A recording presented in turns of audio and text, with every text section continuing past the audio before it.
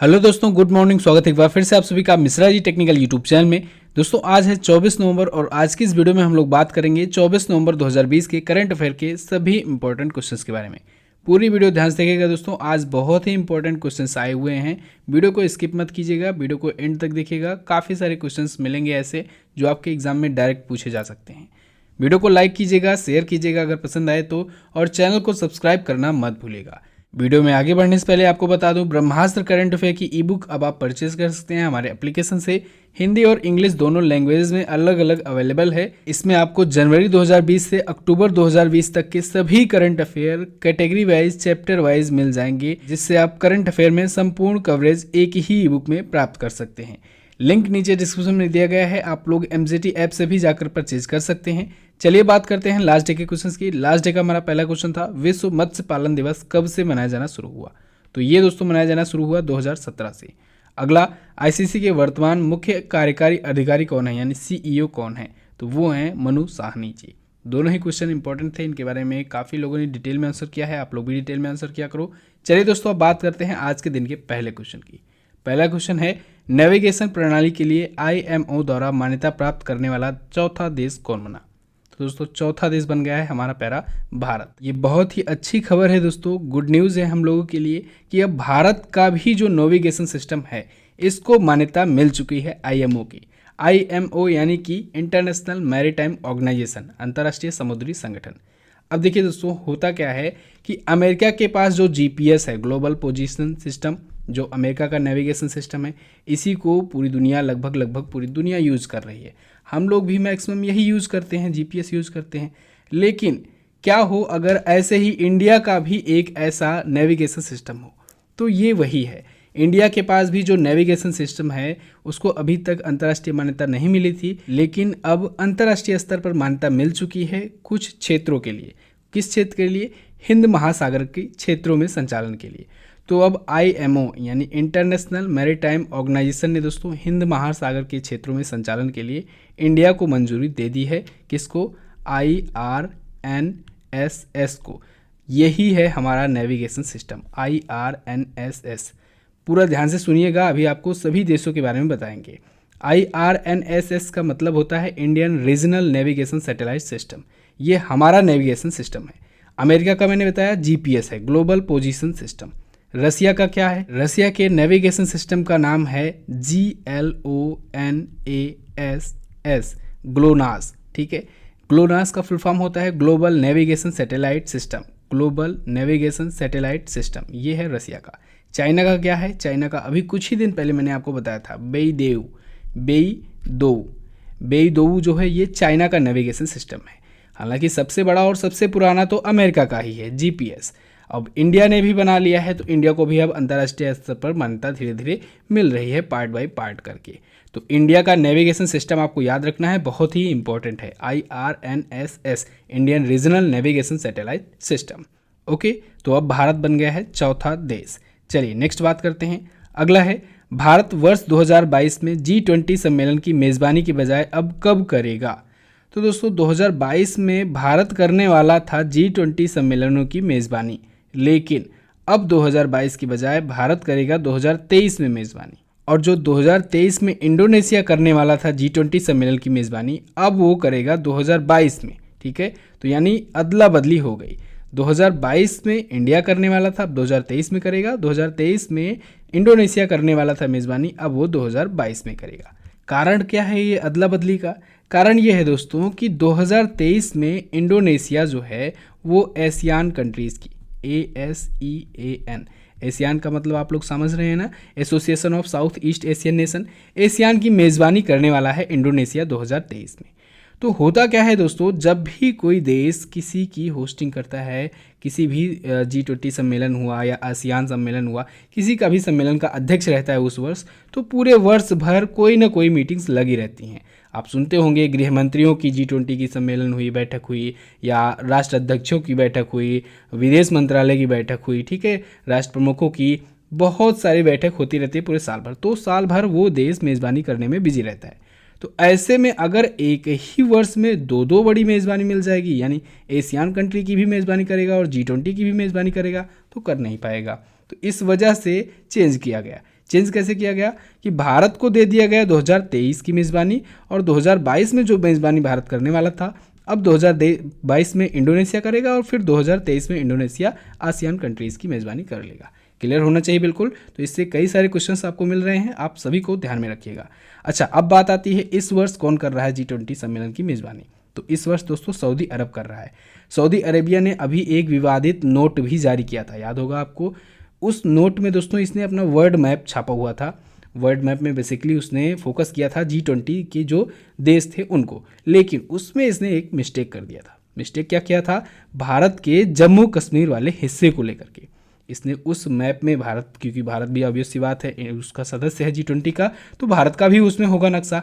तो भारत के नक्शे में जो जम्मू कश्मीर वाला पार्ट था उसको, ये जम्मू कश्मीर के बाद जो पीओके था, पीओके को ये पाकिस्तान में ना दिखाया ना ही इंडिया में दिखाया, वो इसे अलग दिखा दिया था। इस वजह से पाकिस्तान भी नाराज हुआ था और भारत भी नाराज हुआ था। पाकिस्तान नाराज होकर कुछ कर नहीं सकता क्योंकि वो G20 का सदस्य तो है ही नहीं वैसे भी, और भारत जो है उसने कड़ा विरोध जताया था, और इस वजह से बाद में सऊदी अरब को वो नोट वापस लेना पड़ा।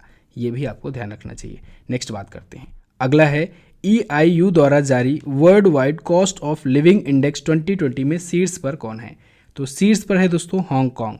हांगकांग जो है ये चाइना का एक शहर है। अभी हाल ही में 2020 में दुनिया के सबसे महंगे शहरों की एक लिस्ट जारी की गई है, एक सूची जारी की गई है। इसमें यह बताया गया है कि वर्ल्ड वाइड कौन से शहर में रहना सबसे ज़्यादा महंगा हो सकता है। ठीक है, कहाँ पर आजीविका वहाँ की सबसे ज़्यादा महंगी है, किस किस शहर में। तो उसमें हांगकांग जो शहर है चाइना का, ये है सबसे महंगा शहर, सबसे महंगी सिटी। सेकंड पर है पेरिस, फ्रांस का है, और थर्ड पर है ज्यूरिख जो कि है स्विट्जरलैंड का। तो ये तो हुए टॉप 3। टोटल 133 शहरों पर ये लिस्ट जारी की गई, 133 पर। अब ये तो हुए टॉप 3, तो लास्ट 3 भी बात कर लेते हैं। तो लास्ट 3 में है दोस्तों दमिश्क। क्या? दमिश्क सबसे सस्ता शहर है, सीरिया में है ये। दूसरा है ताशकंद, ताशकंद या ताशकंद भी पढ़ा जाता है, ताशकेंट, ताशकंद, उज्बेकिस्तान में है। ठीक है, इसके बाद नंबर है लुसाका का, लुसाका जॉम्बिया में है। क्लियर है बिल्कुल। EIU द्वारा ये जारी किया गया है। EIU का मतलब होता है इकोनॉमिक इंटेलिजेंस यूनिट। क्लियर है। नेक्स्ट बात करते हैं। अगला है किस अंतरिक्ष एजेंसी ने सेंटिनल-6 माइकल फ्रीलीच सैटेलाइट लॉन्च किया? तो अभी हाल ही में दोस्तों नासा और ESA ने, इन दोनों ने मिल करके एक सैटेलाइट लॉन्च किया है, सेंटिनल-6 माइकल फ्रीलीच सैटेलाइट। नासा तो आप जानते ही हैं अमेरिका की स्पेस एजेंसी है, national aeronautic and space administration. ESA के बारे में जान लीजिए, यूरोपियन स्पेस एजेंसी है ये। तो इन दोनों ने मिल करके ये सैटेलाइट लॉन्च किया है। कहाँ से लॉन्च किया? कैलिफोर्निया के वेडेनबर्ग एयरफोर्स बेस स्टेशन से लॉन्च किया है। क्यों लॉन्च किया गया? तो दोस्तों जो सी लेवल है, जो समुद्र स्तर है, वो जो लगातार बढ़ रहा है उसकी निगरानी करने के लिए लॉन्च किया गया है। तो ग्लोबली समुद्र स्तर की निगरानी के लिए ये सैटेलाइट लॉन्च किया गया है, सेंटिनल-6 माइकल फ्रीलीच सैटेलाइट। अब बात आती है किससे लॉन्च किया गया, यानी रॉकेट का नाम क्या है? रॉकेट का नाम था दोस्तों फाल्कन 9 रॉकेट। और फाल्कन 9 रॉकेट के बारे में मुझे आपको बताने की ज़रूरत है नहीं, आपको बहुत बार मैं इसको बताया हुआ हूँ। आज आप लोग कमेंट करके बताओगे कि फाल्कन 9 रॉकेट किसका रॉकेट है और इसकी खूबी क्या है, ये कमेंट करके आप बताओ। चलिए नेक्स्ट बात करते हैं। अगला है किस राज्य के मुख्यमंत्री ने केंद्र और राज्य की संयुक्त परियोजना अभयम शुरू की? तो अभी हाल ही में आंध्र प्रदेश के CM जगन मोहन रेड्डी जी ने दोस्तों अभयम परियोजना का उद्घाटन किया है। ये केंद्र सरकार और राज्य सरकार की संयुक्त परियोजना है, संयुक्त प्रोजेक्ट है, दोनों के द्वारा मिल करके इसे चलाया जाएगा। ये परियोजना जो है दोस्तों ट्रांसपोर्ट विभाग की देखरेख में शुरू किया गया है। इसका उद्देश्य क्या है? इसका मेन पर्पज़ है विमेन सेफ्टी, महिलाओं की सुरक्षा। महिलाओं को इकोनॉमिकली और पॉलिटिकली एम्पावर भी किया जाएगा इससे। ओके, अच्छा आपको याद हो आंध्र प्रदेश सरकार इससे पहले भी 2 योजनाएं महिलाओं के लिए ला चुका है। कौन कौन सी? एक है YSR चेयुता योजना और एक है अम्मा वोदी योजना। ये दोनों को भी आपको याद रखना चाहिए। आंध्र प्रदेश आया है, आंध्र प्रदेश के बारे में जानिए। मैप में देखिए ये रहा आंध्र प्रदेश। हैदराबाद इसकी अभी राजधानी है, आगे 3 राजधानियाँ हो जाएंगी। कौन कौन? कुर्नूल, विशाखापत्तनम और अमरावती। आंध्र प्रदेश दोस्तों भाषाई आधार पर पुनर्गठित होने वाला पहला राज्य बना था 1956 में, आपको याद होगा। जगन मोहन रेड्डी जी YSR कांग्रेस पार्टी से यहाँ के CM है, गवर्नर है विश्वभूषण हरिचंद्रन। आंध्र प्रदेश के हाई कोर्ट के चीफ जस्टिस हैं JK माहेश्वरी। आंध्र प्रदेश अपना बॉर्डर किससे किससे शेयर करता है? उड़ीसा से, छत्तीसगढ़ से, तेलंगाना इसी से अलग ही हुआ था, कर्नाटक से और इधर तमिलनाडु से। क्लियर है? नेक्स्ट बात करते हैं। अगला है, हाल ही में भारतीय नौसेना में कौन सा पनडुब्बी रोधी विमान शामिल हुआ? तो अभी हाल ही में इंडियन नेवी में दोस्तों P8I P8I नाम से एक पनडुब्बी रोधी विमान यानी कि एंटी सबमरीन एयरक्राफ्ट शामिल हुआ है भारतीय नौसेना में। एक्चुअली में दोस्तों 2016 में अमेरिका से एक डील हुई थी। अमेरिका की कंपनी है बोइंग, जो जहाज़ वगैरह बनाती है, फाइटर प्लेन वगैरह।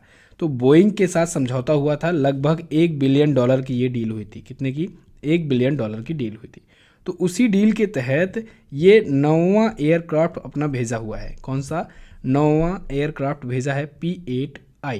ठीक है, ये एंटी सबमरीन एयरक्राफ्ट है, यानी जो पनडुब्बियाँ होती हैं उनको अगर नष्ट करना हो, उनको अगर न्यूट्रलाइज करना हो, तब इस एयरक्राफ्ट का यूज़ किया जाता है। ठीक है, ये लॉन्ग रेंज की समुद्री खोजी और एंटी सबमरीन फाइटर एयरक्राफ्ट है, यानी समुद्र में पनडुब्बियों को खोजेगा भी और उन्हें न्यूट्रलाइज भी कर देगा।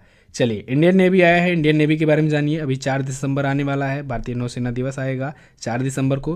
भारतीय नौसेना दुनिया की 7वीं सबसे बड़ी नौसेना है और करमबीर सिंह जी हैं इसके करंट टाइम पर अध्यक्ष। नेक्स्ट बात करते हैं। अगला है, हाल ही में अंडमान सागर में किन देशों के बीच सिटमैक्स 2020 समुद्री अभ्यास आयोजित हुआ? तो अभी हाल ही में दोस्तों अंडमान सागर में सिटमैक्स 2020 समुद्री अभ्यास शुरू हुआ है और ये होता है भारत, थाईलैंड और सिंगापुर के बीच में। सिटमैक्स को आप लोग तोड़ेंगे तो आएगा Singapore, India, Thailand maritime exercise. मैंने आपको कई बार बताया है, आपको कोई भी सैन्य अभ्यास हो, आपको उसके नाम को कैपिटल लेटर में लिख देना है और वहीं से डिकोड करना शुरू करना है। तो Singapore, India, Thailand maritime exercise है इसका नाम। ये होता है दोस्तों त्रिपक्षीय, यानी इन 3 देशों के बीच में ये समुद्री अभ्यास होता है। इस बार का इसका दूसरा संस्करण है, पहला संस्करण हो चुका है, ये दूसरा संस्करण है। ओके, तो कहाँ पर हो रहा है? अंडमान सागर में ये हो रहा है। ओके, चलिए, मेज़बानी कौन कर रहा है ये हो सकता है पूछा जाए, तो इस वर्ष की मेज़बानी दोस्तों रिपब्लिक ऑफ सिंगापुर नेवी द्वारा की जाएगी। बारी बारी एक एक देश की नेवी जो है वो मेज़बानी करती है, इस बार सिंगापुर की बारी है। ओके, नेक्स्ट बात करते हैं।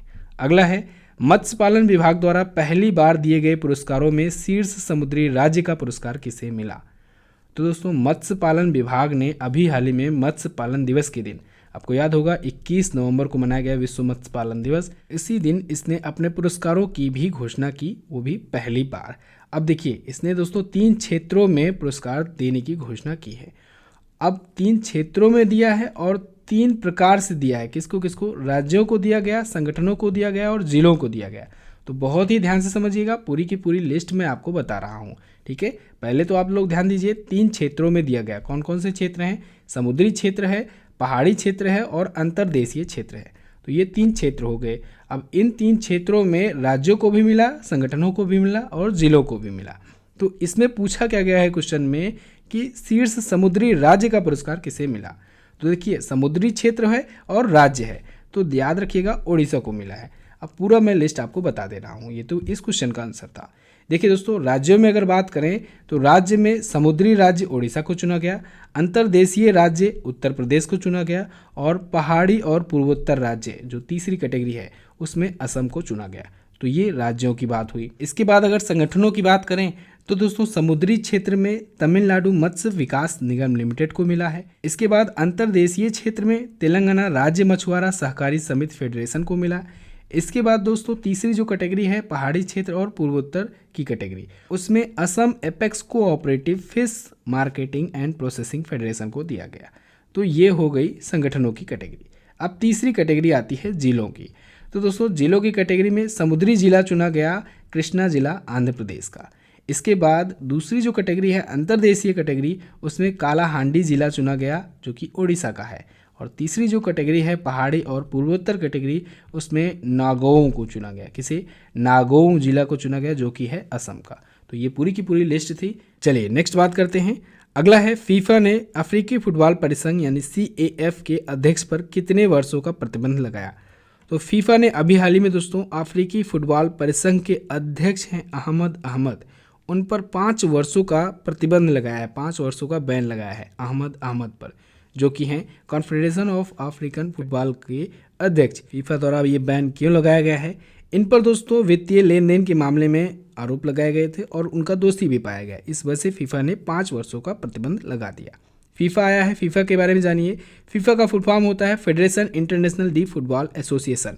1904 में हुई थी इसकी स्थापना, पेरिस में स्थापना हुई थी और ज्यूरिख में है इसका हेडक्वार्टर। अच्छा, आपको याद होगा कि भारत में जो 2021 में होने वाला था अंडर 17 का महिला वर्ल्ड कप, उसका आयोजन फीफा ने रद्द कर दिया है।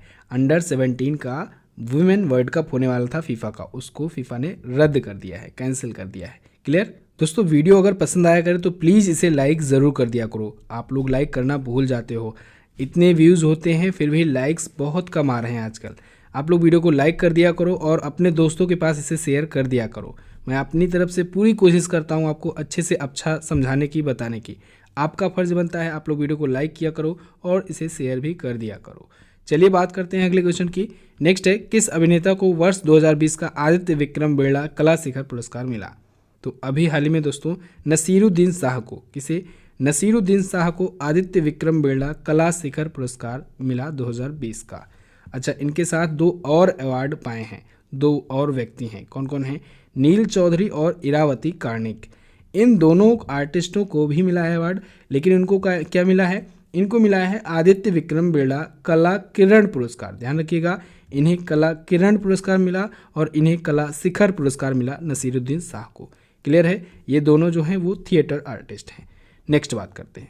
अगला है, किस राज्य के पूर्व मुख्यमंत्री तरुण गोगोई का निधन हो गया? तो तरुण गोगोई जी दोस्तों असम के पूर्व मुख्यमंत्री थे, इनका अभी हाल ही में निधन हो गया है।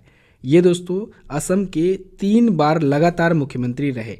15 वर्षों तक, 15 सालों तक ये लगातार मुख्यमंत्री रहे असम के। कब से कब तक? 2001 से 2016 तक ये वहाँ के मुख्यमंत्री थे।